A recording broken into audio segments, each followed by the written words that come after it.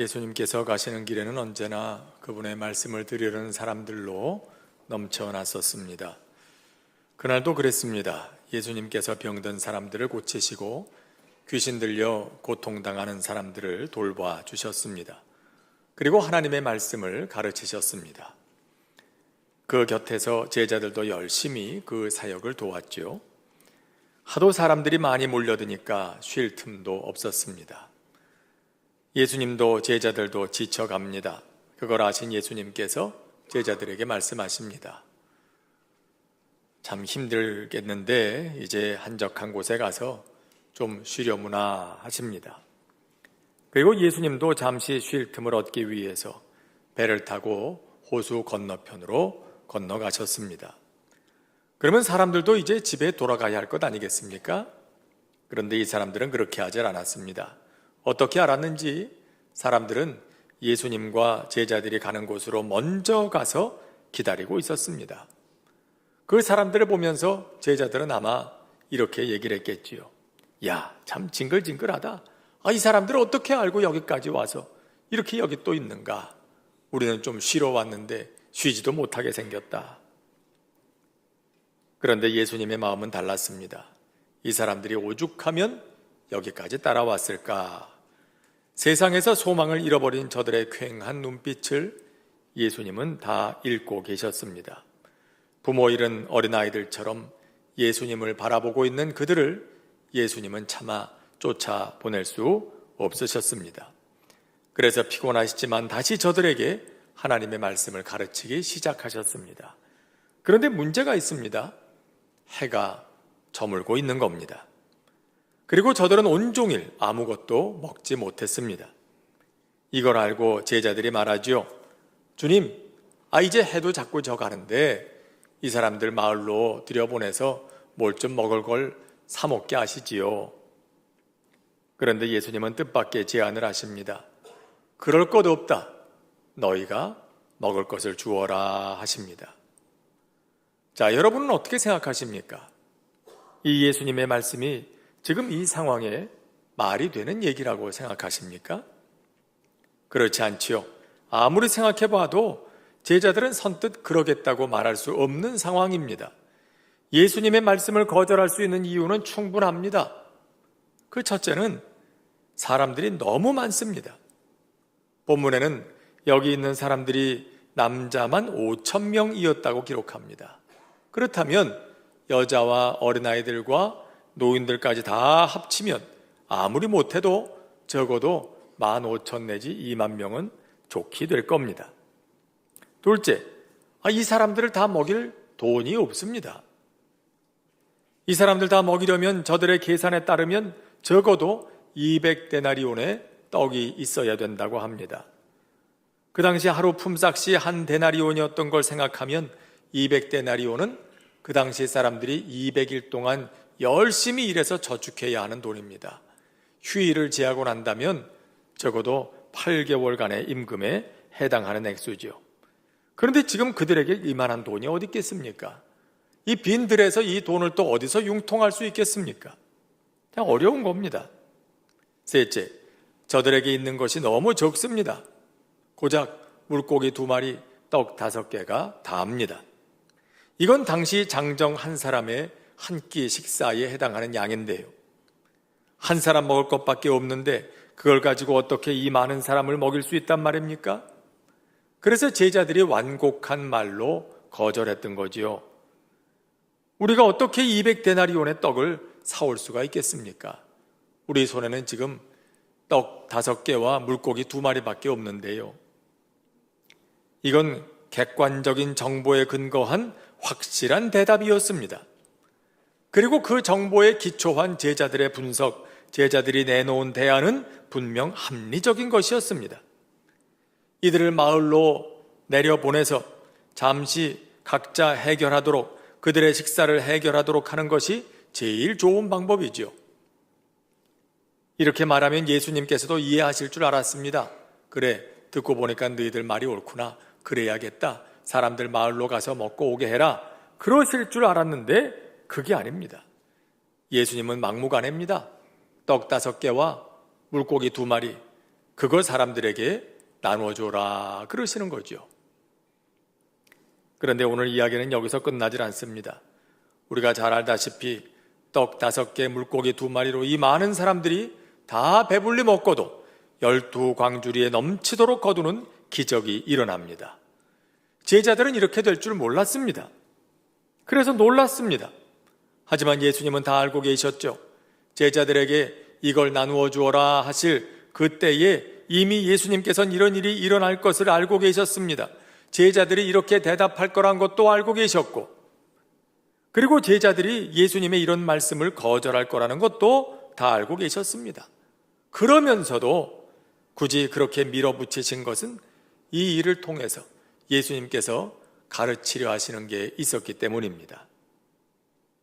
제자로 산다는 게 뭔지, 그리스도인으로 산다는 게 뭔지, 다시 말해서 신앙생활이 어떤 것인지를 가르치려 하신 것입니다. 여러분, 신앙생활이 뭘까요? 사람마다 다양한 답을 내놓을 수 있겠습니다마는 한마디로 말한다면 신앙생활이란 순종하는 삶이라고 할 것입니다. 하나님의 말씀에 순종하는 삶, 이게 신앙생활입니다. 우리는 본래가 그런 존재로 창조됐지요. 하나님의 형상으로 창조되어서 하나님의 말씀을 따라 살아가는 존재, 그럴 때 그런 사람들을 통해서 하나님이 창조하신 세계가 복을 누리고 우리도 그 세계를 통하여 복을 함께 누릴 수 있는 그런 사람으로 창조됐습니다. 그렇게 할 때 그들이 살아가는 세상은 에덴이 되는 거지요. 에덴이란 곳이 따로 있어서가 아니라 그렇게 하나님의 말씀을 따라 살아가는 사람들이 만들어가는 세상이 곧 낙원이 되고 에덴이 되는 겁니다. 그런데 어떻습니까? 죄가 들어옵니다. 죄는 그런 하나님의 말씀에 불순종하고자 하는 그 마음이 벌써 죄이죠. 그래서 우리를 창조하시고 우리를 사랑하셔서 복 주시기를 원하시는 하나님의 말씀이 아니라 죄에 물든 우리의 생각대로 살아가게 됩니다. 그 결과 어떻게 됩니까? 그들이 살아가는 이 세상은 에덴, 곧 낙원이 되는 것이 아니라 여러 가지 고통이 끊일 날이 없는 그런 세상이 되고 맙니다. 에덴을 잃어버린 겁니다. 낙원을 잃어버린 겁니다. 성부 하나님께서 성자 예수님을 우리에게 보내주셔서 우리를 구원하신 것은 잃어버린 그 복을 다시 누리게 하시기 위함인 것입니다. 다시 하나님의 말씀을 듣고 그 말씀에 순종하는 삶을 살게 하시려는 것, 그래서 우리의 삶이 에덴이 되고 그런 우리가 살아가는 이 세계도 에덴이 되기를 하나님은 바라셨기 때문이지요. 여러분, 우리가 그와 같이 하나님의 말씀을 순종하며 살아갈 때 내 마음에도 에덴이 이루어지고, 그런 우리가 살아가는 우리의 가정에도 에덴이 이루어지고, 그런 우리가 살아가는 이 세계에도 주님께서 태초부터 짓기를 원하셨던 그 낙원이 이루어지게 되는 줄로 믿습니다. 그런데 그게 쉽질 않아요. 우리 본성은 이미 죄에 깊이 물들어 있어서 우리의 본성을 따르는 게 쉽지 하나님의 말씀에 순종하는 건 불편합니다. 오늘 이 제자들이 예수님의 말씀에 순종하는 게 더없이 불편했던 것과 마찬가지입니다. 죄에 물든 생각을 가지고 있기 때문에 예수님의 말씀이 이해가 안 되는 거예요. 마땅치가 않아요. 이게 뭔가 잘못된 것 같아요. 그리고 자기들의 생각이 더 옳은 것 같고 더 합리적인 것 같고 더 현실적인 것 같고 말입니다. 그래서 우리는 우리 자신을 부인해야 할 줄 알고 있으면서도 거꾸로 하나님을 부인하고 하나님의 말씀을 부인하게 되는 거예요. 정작 내려놓아야 할 죄에 물든 나의 생각을 내려놓는 게 아니라 거룩하신 하나님, 진리이신 하나님의 말씀을 내려놓을 때가 많은 거죠. 여러분, 신앙의 생활이란 우리 자신을 내려놓고 하나님의 말씀에 순종하는 삶입니다. 하나님의 말씀을 불편해하는 우리 자신을 내려놓고 순종하는 것입니다. 원수는 미워하기가 쉽지 사랑하는 것은 불편한 일입니다. 넓은 길 가는 게 쉽지 좁은 길 가는 건 불편합니다.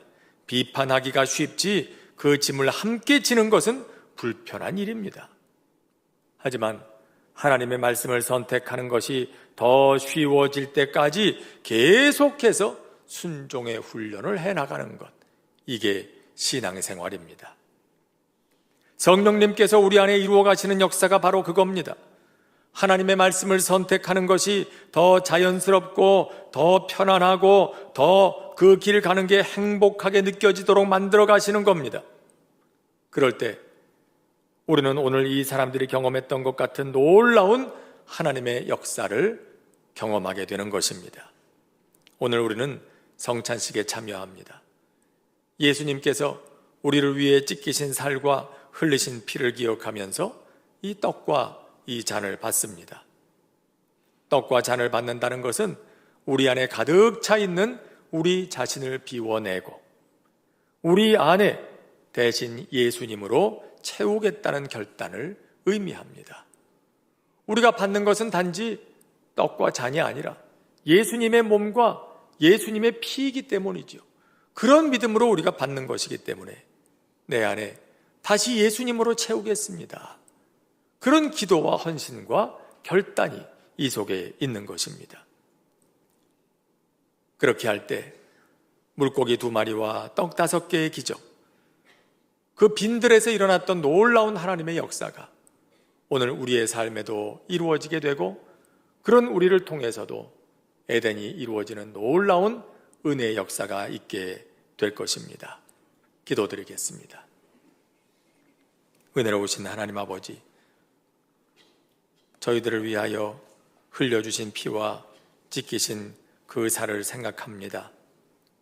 죄에 물든 생각과 또 본성을 가지고 사는 저희들이 이제는 이 떡과 잔을 받으며 그 모든 것들을 내려놓고 오직 주님으로 다시 가득 채워가는 참된 믿음의 삶, 신앙생활이 될 수 있도록 성령님 저희들을 도와 주시옵소서. 예수님의 이름으로 기도합니다. 아멘.